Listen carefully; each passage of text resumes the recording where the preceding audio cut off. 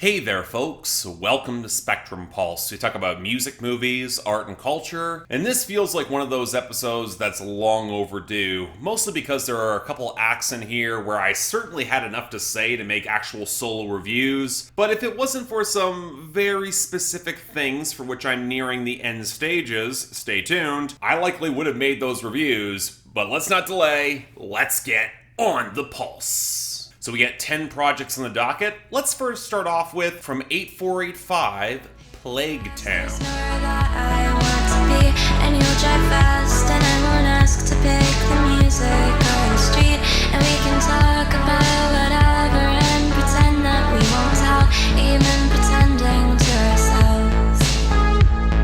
Okay, short little synth pop, hyper pop EP that's been attracting some attention. I was curious to dig into it. Occasionally produced by Black Winter Wells, who I covered in this series last year. And I gotta be honest, I'm not sure the whole hyper pop genre label makes a lot of sense with this one. 8485's hushed and synthesized, but very sweet sounding vocals sit atop a sound that has less manic metallic textures and more fuzzy, alternative inspired guitars and fluttery, burbling synths over brittle tapping drum machines that put me a lot closer in mind to the bedroom pop and emo crossovers that have been flooding through the indie scene. A lot closer to Glass Beach or even the last wave of indie synth pop than the whole PC music crowd. And indeed, there's a dreamy sort of intimacy that captures the sort of adolescent suburban love stories and angst that have got some real charm to them, especially given how much this was written in the context of the pandemic and a much more palpable sense of lonely isolation that hangs in the air, even among the brighter moments. And that's about the most I can say about this project. I'm not going to deny that there's some charm here, but it hits the very same issue that Black Winter Wells did, and that it's very pretty, but also a little bit flimsy in terms of the detail or the truly striking moments, especially when some of the underlying grooves feel really undercooked here, if at all. So yeah, 6 out of 10. I get the audience to which this is going to play well, likely a fair bit younger. I hear the appeal, just doesn't quite coalesce for me. That's all. Next up from AJ Tracey, Flu Game. Parents always love me as a dinner guest. Had the wins, but I'm not a winner yet. If we're trying to make a pass, I'm an intercept. Got the dog up in the club, I ain't bring a pet. Covered in the ice, I ain't trying to sweat. Gotta be honest, when it comes to UK hip-hop, I'm a little bit surprised that someone was curious about my thoughts on this one, especially after listening to AJ Tracey's 2019 debut. And it wasn't even that it was bad, but it sure as hell felt bland. Brand name porn, a rapper who showed very little charisma or stage presence to add any flair to it, and often carried by production that occasionally punched a little higher. Honestly, it was the sort of project that was requested to have me wondering why anyone really cared outside of the UK, where he is a pretty consistent charting presence. And yet after listening to this album, where any of the basketball references are cursory at best, I think I'm still wondering. AJ Tracey more delivered an exercise in brand management than anything all that interesting. Again, the trap and drill cuts that might be a little harder, the garage adjacent moments, the obvious laid back R&B radio single approach that was a thing in the 2000s but just feels weirdly dated now, and it completely overtakes the back half of this project. This really is an album flagrantly structured to check off a lot of boxes, and it doesn't remotely help AJ Tracey stand out as a presence on the mic beyond just being a mostly competent rapper from the UK. That might be the root of my frustration with this album. Beyond a lot of brand names and an extremely standard come-up story, what does AJ Tracey add to the scene beyond the versatility to slot into so many different styles without much flair or menace? Especially when so much of this album wants to chase a lot of Drake's particular alchemy, but doesn't have the charisma or lyrical detail in order to match it. And that's reflected in a lot of the production too, unfortunately. It's well mastered, it's got that level of pop polish with all the swamped out guitars, but if you're expecting a little bit more grisly punch or atmosphere to match with the violent references on the first chunk of the album, it just does not materialize. And no, the oily crack of songs like Cheerleaders and Glocky, or the chalky shrillness of Perfect Storm, they're just not convincing. If anything, what I'm reminded of most are the commercial compromise projects that 50 Cent shoveled out in the 2000s that were mixed bags at best, even in the time, and they sound painfully dated now, but at least 50 could have the occasional great hook, and he had charisma in his own way. This is forgettable as hell. Light 5 out of 10. I'm being generous. At least Dinner Guest was good. Next up from Andy Stott, Never the Right Time.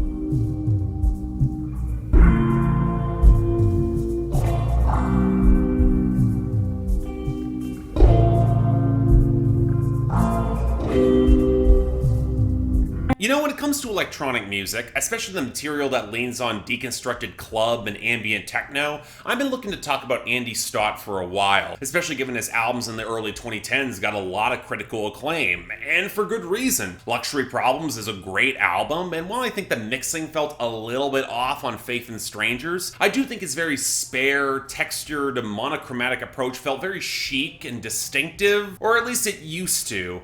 In the past 5 years, the sound has lost some of its novelty, the tones have felt more airless and distant and less engaging, and here, well, it sure feels like an Andy Stott record. That's kind of the problem I've had with a lot of his recent material, although in this case, the vocal samples from Alison Skidmore, they're more prominent and they play off the textured echo and the desaturated mix, which might place it a little bit closer to Luxury Problems or Faith in Strangers territory, but that distance from an emotive core is all the more defined, with every shuddering dub bass knock or sandy whir or clatter of percussion as the melody drifts across the background haze, either through some clumsily tuned acoustics or synth crib from vaporwave leftovers. I mean, the songs certainly feel very precisely arranged, they've got enough melodic texture and the sense of cavernous scale to be mostly interesting, but there's this fidgety, cloying feel to a lot of that texture that seems designed to increase all the tension, only for none of it to materialize with no real climax, like wandering through an abandoned mall full of high-end fashion outlets, only to see no models or even ghosts of models, where it all feels a little bit listless. Now, the atmosphere, it is still pretty palpable. There are definitely potent moments, the discordant, echoing strums of A Way Not Gone and Hard to Tell, the short, ponderous keys of When It Hits, the bassy, metallic clatter of Answers. Hell, I even like the pattering rustles of Never the Right Time, but as a whole,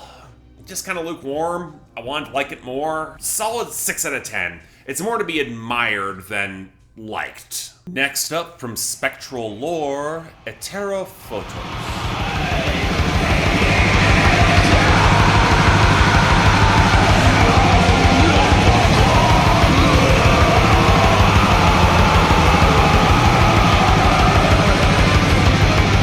Can't be the only one who finds it a little bit amusing that Spectral Lore and Mare Cognitum dropped solo albums just weeks apart after they collaborated on a very well-received split last year that I also reviewed. Although that seems to have been another diversion for both one-man black metal projects that then go back to their regular routine, and with Spectral Lore, I'll admit I was a little bit perplexed where he was going, given that this album was framed as a sequel to his 2012 project Sentinel, which is playing more to the epic, prog-adjacent, transcendental black metal than the space-themed numbered albums or Soul, which were projects that seemed to grab a lot more fan attention, and going back to Sentinel myself, look, it's solid melodic black metal with some really striking riffs, but it felt very much like a step towards greater work to follow, even at the time, so to hear this return to this sort of black metal approach was a little bit odd for me, but it is also clear Spectral Lore is trying to do a little bit more with this. The title translated from Greek loosely means the one whose light comes from others, and it reflects a reframing of the idealism of Sentinel with something a little bit more focused, introspected, and targeted, calling on the lessons of the past not to restore old corrupted orders, but to tear down their newest incarnations that create false idols that spit in the face of reality and don't actually reflect the spiritual revolution that must come alongside the physical ones. And you know what I gotta say, I do kind of admire just how much Spectral Lore coaxes their defiantly leftist and revolutionary content and themes through a lot of language that will be familiar to a black metal audience who tends to trend way further right, showing just how that same language of populism can be flipped to a more enlightened goal,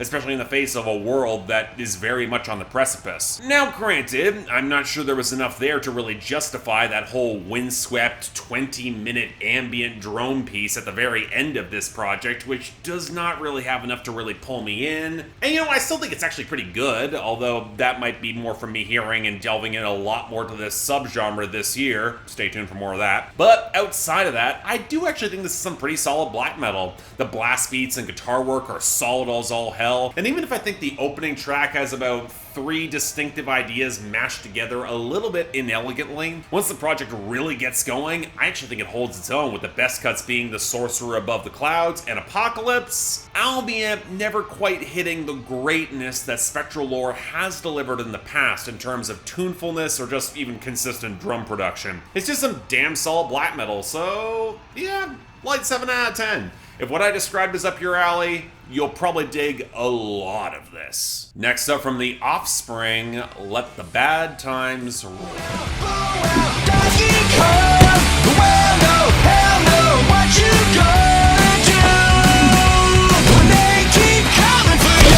So I have a very mixed and complicated relationship with the Offspring, mostly because for a band that have run as long as they have, even throughout the 90s and 2000s, they were kind of all over the place when it came to their sound, their production, their sense of humor, really just how seriously you could take them. And going back to take in a lot of that sound, well, I gotta be honest, a lot of those albums are patchy, especially when they're a band who could crank out a lot of killer singles, but rarely hold it together for a full project. Hate to say it, even some of the 90s albums have aged a little bit rougher than you would like to admit, especially in the production. But that quality kind of took a nosedive in the 2000s, and by the time Days Go By came out in the 2012, I was about done with the Offspring. Yeah, there are glimmers, but the album reflected a band that was clearly out of ideas, desperate to pull anything together, with Bob Rock's tired production unable to obscure just how worn out and defeated that band sounded. So okay, maybe a long hiatus would be what the band needed. 9 years in between albums? No. If anything, this somehow sounds worse. Now, I'll say this. At least the Offspring, they're not trend chasing this time, and we don't get whatever the hell Cruisin' California is this time around. The Offspring are trying to go back more to their roots, but their roots were nearly 30 years ago, and not only is Bob Rock's production once again doing them no favors, the performances are just nothing close to what they really could be. Dexter Holland, the frontman, doesn't have anything close to his old snotty attitude, as he once again tries to be a little bit more serious with the same sort of dead-eyed nihilism I hated on Days Go By, just with an added slice of bone-deep depression that doesn't fit with any of these arrangements at all. But he also doesn't have the energy or edge in order to sell that, and I hate to say it, you can really tell his range has decayed with age, and it just makes songs like We Never Have Sex Anymore just feel less funny than kind of sad. Or maybe it's because his approach to politics feels extremely broadly sketched on Hassan Shop or the Opiate Diaries, or hell, especially the title track. Or maybe it's because Bob Rock once again mixed the drums into a gutless slurry, and he leaves the lead guitar melody more ineffectual than impactful when it's not clipping against the sides of the mix. I've long had the feeling that Bob Rock's been losing his ear for production for a couple of years now, but given how goddamn messy so much of the mixing and mastering is on this thing, it might be a good idea that he just goes into retirement, saves some sort of dignity here. But you want to know what I find most galling about this project? Outside of the fact that it ends with a song called Lullaby that might feature some of the worst vocal production I have heard all year in any genre, and for some ungodly reason it was not a joke, or the fact they do a quick 1-minute spoof of Hall of the Mountain King, and yet bizarrely it's probably one of the best produced instrumentals here, or that Coming For You basically had to be included as a single for this album despite being first released in 2015? No, it's because there's a piano-driven remake of Gone Away with some obviously fake strings, where it sounds like they're imitating when Five Finger Death Punch made their ballad cover. If you're that out of ideas, you're done. Strong 2 out of 10, skip it, I'm never going back. Next up from the Armed, ULTRAPOP.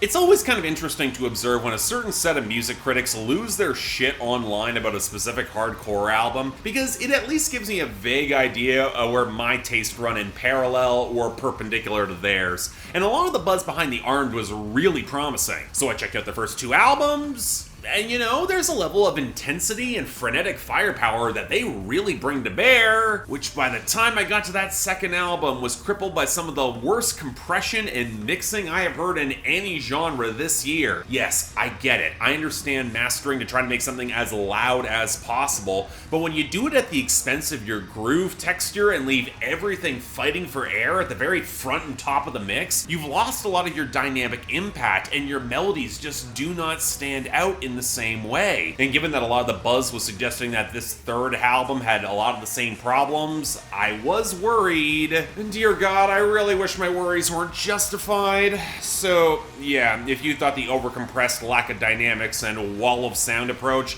that it was draining on the last project from The Armed, now it's got ear-piercing buzzed out synths and guitar pickups and even some programmed drum machines adding to the cacophony, all of which would have actually had some real impact potentially if this album had more dynamic range than your average brick. It's so damn frustrating because this album has a lot more tunefulness, and from what I could actually hear of these bass lines, there was potential for this to fit into a similar vein as an act like White Lung's Paradise when it comes to frenetic, bruising hardcore accented with some sweeter pop elements. But I'm sorry, the drum kit has no impact, the riffs swallow up any other vestige of texture, the vocals are utterly suffocated with the bass lines not that far behind, and it doesn't help any of these melodies really jump out at you at all. And what's even more galling is that you know it's an intentional choice at this point. Their last album was produced by the Converge guitarist Kurt Ballou, who executive produced this album, and really, they had the same damn issues as when Ben Chisholm was producing this time.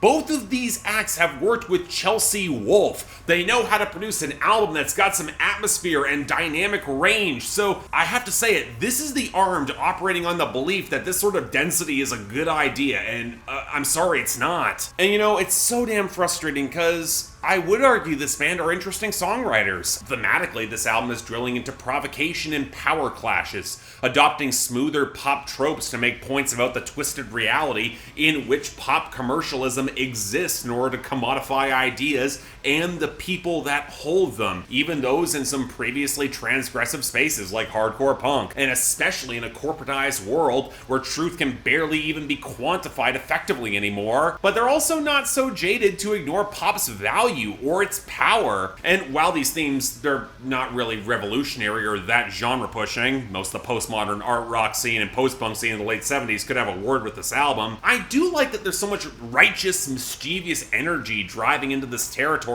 instead of despondency, especially with the very human insight of what this sort of space does to both artists and how one experiences art as a whole, especially in how they lionize both the art thief on Masunaga Vapors and the artist who will use art as a tool in theft on Real Folk Blues. Now granted, the project kind of ends on a downbeat note, but you really could have predicted that with a band like this. And as such, it might be one of the most frustrating albums I've heard all year. It's smart as hell, most of the underlying tunes and the intensity can be pretty magnetic. I keep coming back to try to like it, and you just have to fight through all the production that ramps everything up to 11, where the full extent of all that magic kind of winds up being smothered. And that's for me, solid 6 out of 10, but I do think it's gonna kill live. I want to hear more. Next up from Drip Fed, Kill the Buzz. No expectations, no disappointment. That's all you will ignore all my clients. You know, it's funny. I remember working on Resonators back in 2018, and I became increasingly convinced that I could really become a fan of hardcore punk if the melodies were centered well, or they could at least support some killer groove sections, give the scrappy heaviness a little bit more added tune. And you know what, Drip Fed? I think I might have found another modern act that hits the mark from the indie scene, mirroring a lot of hardcore vocals, content, and some scrappier production, with a lot of lead work in the guitars that probably owes more to classic rock than anything else. So after finding and really liking their debut album, I was really excited to hear the reported leap forward in their sophomore project here, and I gotta say, I like a lot of what I'm hearing. The bass lines have a lot of coursing leanness, the drums are crisp and heavy, frontman Jeffrey Bloom has a righteously expressive holler that can compete with the best of them, but again, it's probably the guitar work from Chris Skills and John Nichols that is the biggest selling point for me, for having both a lot of clean, really bright intensity and retro retro melodic spark that helps all this go down so remarkably easy. And yet, this is not trying to be pop, it's hardcore. Even if it is catchy and the lead work is practically ear candy for me, the song construction is more jagged and freeform. There's a few too many rough edges to fit even with the new, rougher school of pop punk, and the lyrics especially feel like a more wild stream of consciousness, where the depression, the self-loathing, a lot of the struggles with the pharmaceutical industry, and really just capitalism and its enforcement, a disquieting feeling of getting frozen as time will speed past you that's likely linked to some form of trauma, and all sorts of unkempt rage. Now that being said, as much as I like a lot of the tones and production and approach that Dripfed have, I kind of feel like they're a little bit torn between making more immediately accessible material and just falling into the outright rampage. So while some of the best of both worlds is here in their sound, there's also the lingering feeling that it can run together, it can feel a little bit uniform, lacking some of those standout moments to really put them over the top. That being said, clocking at about a half hour, it's probably some of the most solidly likable hardcore I've heard all year, extremely easy to go back to, so a very solid 7 out of 10. If you're looking for a nice surprise from the underground, or maybe even a good gateway project to pull you into this style of punk, you'll probably dig it. Give it a chance. Check it out. Next up from Dinosaur Jr., Sweep It Into Space. No turn away. Where is the garden?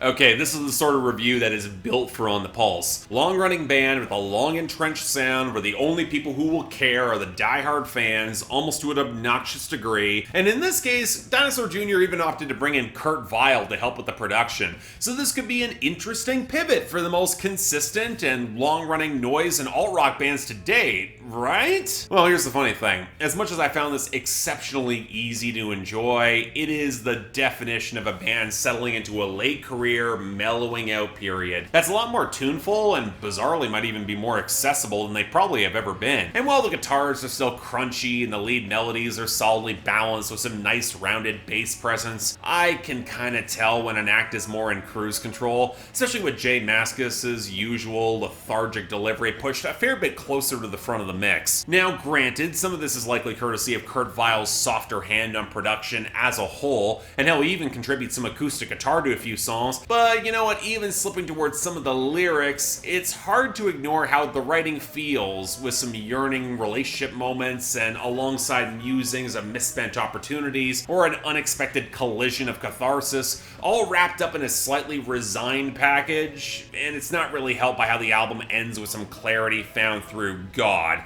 which is a little bit too neat to fit with Dinosaur Jr. And yet, despite being in a very different stage, the album has a very similar solid vibe where no one track is going to transcend the rest for good or ill. Even when they bring in a slightly disjointed sounding keyboard to play off the guitar crunch and take it back, it feels unmistakably like Dinosaur Jr. And outside of a fuzz tone on Walking to You that I didn't particularly like, which contributes to the generally underwhelming ending of the project, this is still quite good. It's enjoyable, so light 7 out of 10. If you know your Dinosaur Jr., won't surprise you, won't blow your mind, it's clearly not their best, but it's worth hearing. Give it a chance. Next up, from Greta Van Fleet, The Battle at Garden's Gate.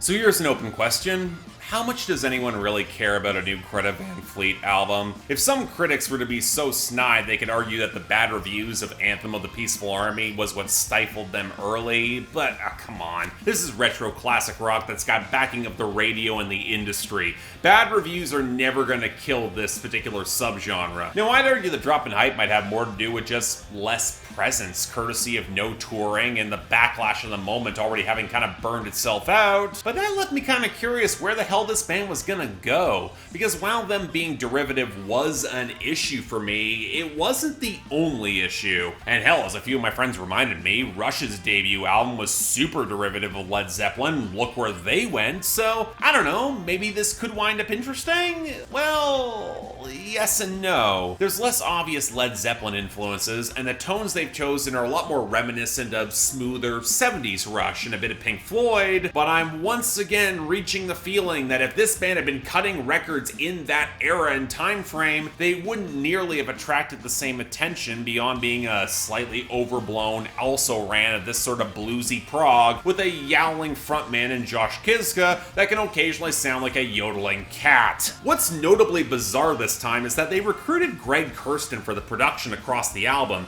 so the drums have a bit more thickened, booming presence, likely to compensate for the mostly formless bass lines that really could use some attention, and with all the added reverb slathered over a deeper mix, now only does some of the sloppier guitar mixing rear its head in the clipping around the edges, especially in some of the acoustic lines. The lack of a more robust vocal mixing has the frontman screeching so much to claw his way toward the front that I'm left wondering why there was such a lack of overdubs or backing presence behind him, so one could at least make out half of what he's actually saying, or at least roughly matching the lead guitar, which sounds way louder than him consistently. It leads to an album that's clearly trying to sound more ponderous and impactful, also emphasized by the hour-plus runtime that is really not earned, but where the dynamics aren't structured nor to build to it all that well, to say nothing of some surprisingly unbalanced and underwhelming hooks. And with the same bloat that was all over Anthem of a Peaceful Army, can at least the content back this up? Well, outside of their poetry, still having that weirdly stilted meter that it feels way clunkier than it should, the album falls toward two subjects that both kind of feel tired. Being a touring band within the music industry, and some of the most flimsy societal commentary I have heard in a long-ass time, with a flicker of environmentalism and extremely loose spiritualism, but also including some humorless boomer fodder about people being too connected to technology and give peace a chance projects that both highlight how someone might lose their individuality, so come join their peaceful army and lose your individuality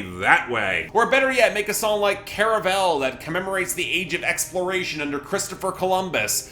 That sounds like something that this band is properly equipped to talk about. But truth be told, this is not a band that's got the literary ambitions of a lot of their 70s idols. Thematically, this project's about as shallow as they come, writing about the stuff more because it can conceivably match their sound and scope rather than having more to actually say about it. And given how much less people outside the diehard fans seem to care, at this point, Greta Van Fleet are both harmless and kind of toothless to me, saved only by the fact that I most like Broken Bells and Trip the Light Fantastic, but not saying much.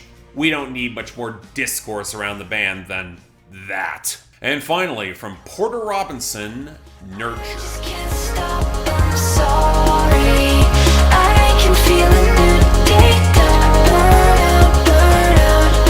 I shouldn't do this to myself. The last time I talked about a Porter Robinson full-length project was in 2014, and it did not go well. And as much as I'd like to say that my earlier reviews haven't all that aged the best, especially when it comes to my presentation, for a project that was just not my thing, the blowback was way harsher than I was expecting. Now, I actually went back to Worlds before listening to this new album, see if it has grown on me at all, and it hasn't, mostly because the grooves are non-existent, and the impulse to infuse everything with these buzzy, pulsating thuds means that the album falls into a weird midpoint that's a little bit too heavy to be magically twee, but lacking in the organic touches to really grip me more deeply in the bombast, especially in the grooves. I hear some parallels to Igloo Ghost in the mood, if not tone, and while I can kind of appreciate it, it just doesn't connect. But okay, with the new album, I'm not sure with this one either, mostly because I would argue the shift in sound and thematic focus has been much more lateral than an outright improvement. There is some percussive EDM bombast and glossy synth drops, but unlike with Worlds, they're more peripheral than a central feature, and that's very much intentional. This project is targeting a more intimate, organic, soft-focus vibe,